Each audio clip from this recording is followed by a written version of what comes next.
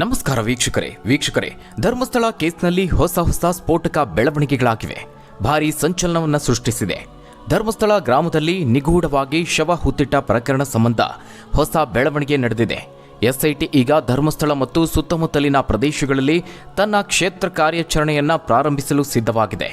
Social ಮೀಡಿಯಾಗಳಲ್ಲಿ ಈ ಒಂದು case ಬಗ್ಗೆ ಈಗಾಗಲೇ ಭಾರೀ ಚರ್ಚೆಗಳು ನಡೀತಾ ಇದೆ. ಸೂಕ್ತ ತನಿಖೆಗೆ ಒತ್ತಡ ಹೆಚ್ಚಿದ ಹಿನ್ನೆಲೆ ಸರ್ಕಾರ ಪ್ರಕರಣದ ತನಿಖೆಗೆ ಎಸ್ಐಟಿಯನ್ನ ರಚನೆ ಮಾಡಿತು. ಆ ಒಂದು ಎಸ್ಐಟಿ ತಂಡ ಈಗ ದೊಡ್ಡದಾಗ್ತಾ ಇದೆ. 4 IPS ಅಧಿಕಾರಿಗಳನ್ನೊಳಗೊಂಡ ಎಸ್ಐಟಿ ತಂಡ ಇವತ್ತು ಧರ್ಮಸ್ಥಳಕ್ಕೆ ಭೇಟಿ ನೀಡಲಿದ್ದು ಇಂದಿನಿಂದಲೇ ತನಿಖೆ ಶುರುವಾಗಲಿದೆ ಅಂತ ತಿಳಿದು ಬಂದಿದೆ. ಮತ್ತೊಂದೆಡೆ ಈ ಎಸ್ಐಟಿ ತಂಡದಿಂದ 2 ಅಧಿಕಾರಿಗಳು ಹೊರಬಂದಿದ್ದಾರೆ ಎನ್ನುವ ಮಾಹಿತಿ ಕೂಡ ಲಭ್ಯವಾಗಿದೆ. ಓರ್ವ IPS ಅಧಿಕಾರಿ ಸೇರಿದಂತೆ ಮತ್ತೊಬ್ಬ ನಾನ್ IPS ಅಧಿಕಾರಿ ಕೂಡ ಈ ಒಂದು ತಂಡದಿಂದ ಹೊರಗುಳಿಯುವ ನಿರ್ಧಾರವನ್ನ ಮಾಡಿದ್ದಾರೆ. ಹಾಗಾದ್ರೆ ಧರ್ಮಸ್ಥಳ ಕೇಸ್ನಲ್ಲಿ ಏನೆಲ್ಲ ಹೊಸ ಬೆಳವಣಿಗೆ ಆಗಿದೆ ಆ ಬಗ್ಗೆ ಸಂಪೂರ್ಣ ಮಾಹಿತಿಯನ್ನ ನೋಡೋಣ. ವೀಕ್ಷಕರೇ, ಈ ಒಂದು ಧರ್ಮಸ್ಥಳ ಕೇಸ್ ಪ್ರಕರಣದ ಎಲ್ಲಾ ಫೈಲ್ಗಳನ್ನ ಎಸ್ಐಟಿಗೆ ರವಾನೆ ಮಾಡೋದಕ್ಕೆ ಸಿದ್ಧತೆ ನಡೆದಿದೆ. ಧರ್ಮಸ್ಥಳ ಕೇಸ್ನ ಎಲ್ಲಾ ಫೈಲ್ಗಳನ್ನ ಸ್ಥಳೀಯ ಪೊಲೀಸರು ಎಸ್ಐಟಿ ತಂಡಕ್ಕೆ ನೀಡಲಿದ್ದಾರೆ. ಈ ಬಗ್ಗೆ ಮಾತನಾಡಿದ್ದ ಗೃಹ ಸಚಿವರು ಧರ್ಮಸ್ಥಳ ಕೇಸ್ ಬಗ್ಗೆ ತಕ್ಷಣ ತನಿಖೆ ಮಾಡಬೇಕು ಅಂತ ಎಸ್ಐಟಿಗೆ ಸೂಚನೆಯನ್ನ ಕೊಟ್ಟಿದ್ದೇವೆ. ಪ್ರಕರಣದ ಎಲ್ಲ ಫೈಲ್ಗಳನ್ನು ಎಸ್ಐಟಿ ತಂಡಕ್ಕೆ ನೀಡುವಂತೆ ಸ್ಥಳೀಯ ಪೊಲೀಸರಿಗೂ ಡಿಜಿ ಸೂಚನೆ ನೀಡಿದ್ದಾರೆ ಅಂತ ತಿಳಿಸಿದ್ದಾರೆ. ಇನ್ನು ವಿಶೇಷ ತನಿಖಾ ತಂಡದ ಬಲ ಕೂಡ ಹೆಚ್ಚಾಗ್ತಾ ಇದೆ. ಎಸ್ಐಟಿ ಜೊತೆಗೆ ಕಾರ್ಯನಿರ್ವಹಿಸುವುದಕ್ಕೆ ಹೆಚ್ಚುವರಿ 20 ಪೊಲೀಸ್ ಅಧಿಕಾರಿಗಳನ್ನು ನಿಯೋಜನೆ ಮಾಡಲಾಗಿದೆ. ತನಿಖಾ ತಂಡಕ್ಕೆ ಪೊಲೀಸ್ ವರಿಷ್ಠಾಧಿಕಾರಿಯಿಂದ ಹಿಡಿದು ಹೆಡ್ ಕಾನ್ಸ್ಟೇಬಲ್ ವರೆಗೆ ವಿವಿಧ ಶ್ರೇಣಿಯ 20 ಪೊಲೀಸ್ ಅಧಿಕಾರಿಗಳನ್ನು ನಿಯೋಜನೆ ಮಾಡಿ ರಾಜ್ಯ ಪೊಲೀಸ್ ಮಹಾನಿರ್ದೇಶಕ ಡಾಕ್ಟರ್ MA ಸಲೀಂ ಆದೇಶವನ್ನು ನೀಡಿದ್ದಾರೆ.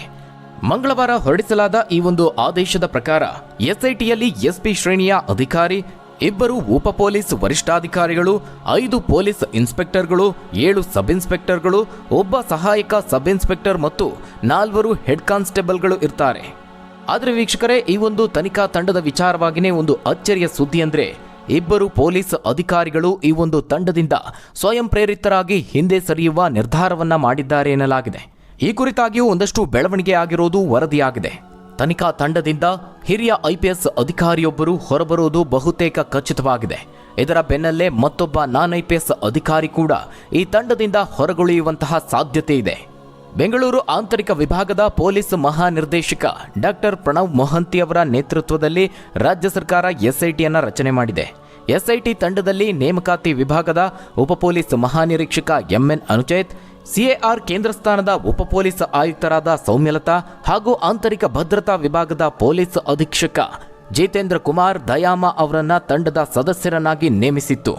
ಆದರೆ ಈ ಒಂದು ತನಿಖಾ ತಂಡದಿಂದ ತನ್ನನ್ನ ಕೈಬಿಡುವಂತೆ CAR ಕೇಂದ್ರ ಸ್ಥಾನದ ಉಪ ಪೊಲೀಸ್ ಆಯುಕ್ತರಾದ ಸೌಮ್ಯಲತಾ ಅವರು ಮನವಿ ಮಾಡಿಕೊಂಡಿದ್ದಾರಂತೆ.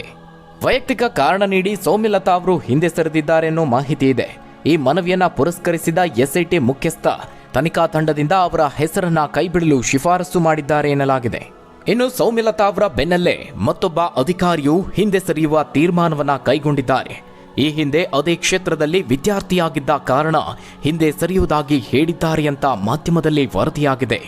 ವೈಯಕ್ತಿಕ ಕಾರಣ ನೀಡಿದ ಅಧಿಕಾರಿಯ ಮನವಿಯನ್ನ ಸಕಾರಾತ್ಮಕವಾಗಿ ಸ್ವೀಕರಿಸಿದ ರಾಜ್ಯ ಪೊಲೀಸ್ ಇಲಾಖೆ ಈ ಅಧಿಕಾರಿಯನ್ನ ಎಸ್ಐಟಿಯಿಂದ ಕೈಬಿಡುವಂತೆ ಸರ್ಕಾರಕ್ಕೆ ಶಿಫಾರಸು ಮಾಡಿದೆ.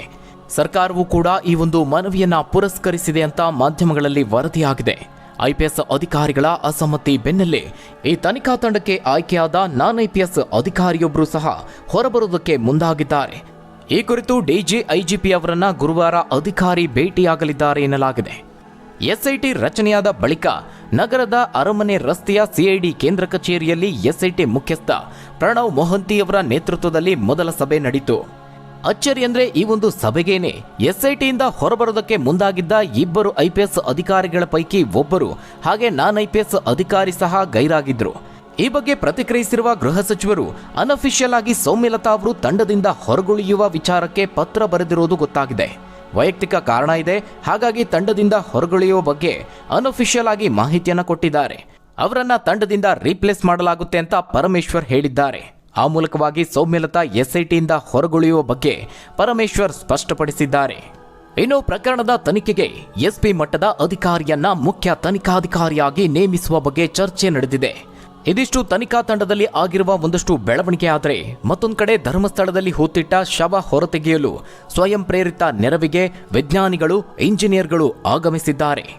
ತಾಂತ್ರಿಕ ತಜ್ಞರು ತಮ್ಮ ಸೇವೆಗಳನ್ನು ಸ್ವಯಂ ಪ್ರೇರಿತವಾಗಿ ನೀಡೋದಕ್ಕೆ ಮುಂದೆ ಬಂದಿದ್ದಾರೆ.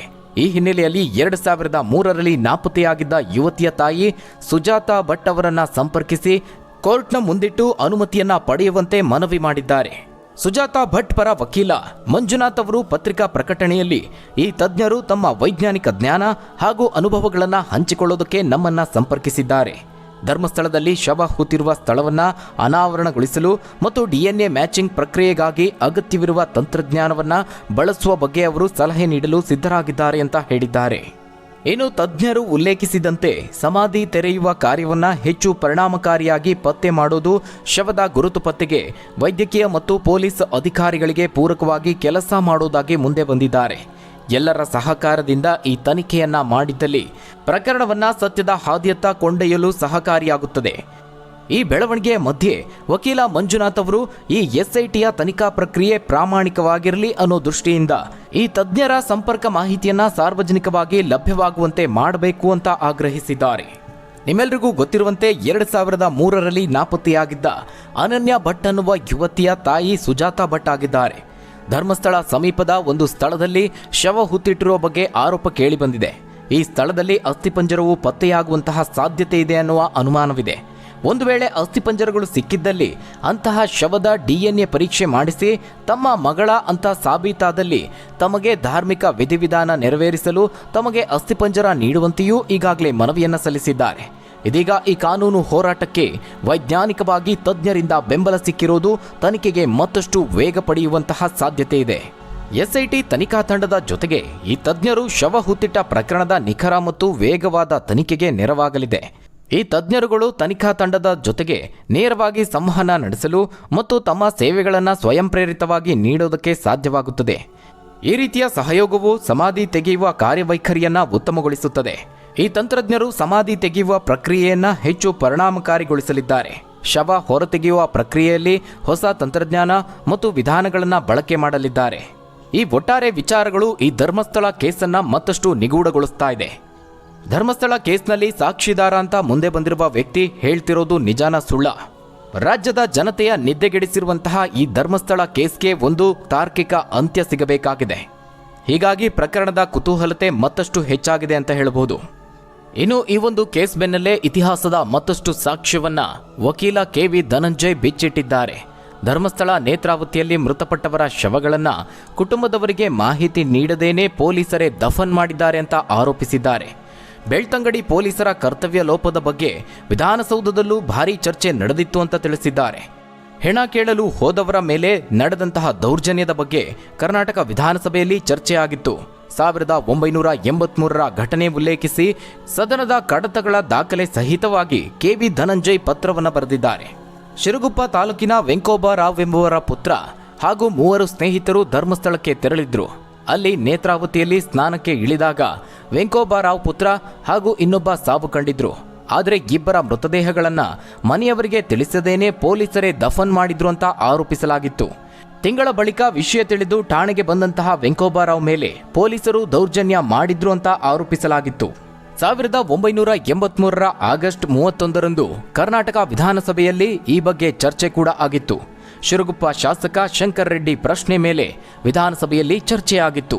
ಚರ್ಚೆಯಲ್ಲಿ ಮುಖ್ಯಮಂತ್ರಿ ರಾಮಕೃಷ್ಣ ಹೆಗಡೆ, ವಿಪಕ್ಷ ನಾಯಕ ಬಂಗಾರಪ್ಪ, ಬೆಳ್ತಂಗಡಿ ಶಾಸಕ ವಸಂತ ಬಂಗೇರ ಭಾಗಿಯಾದ ಬಗ್ಗೆ ದಾಖಲೆಗಳಿವೆ.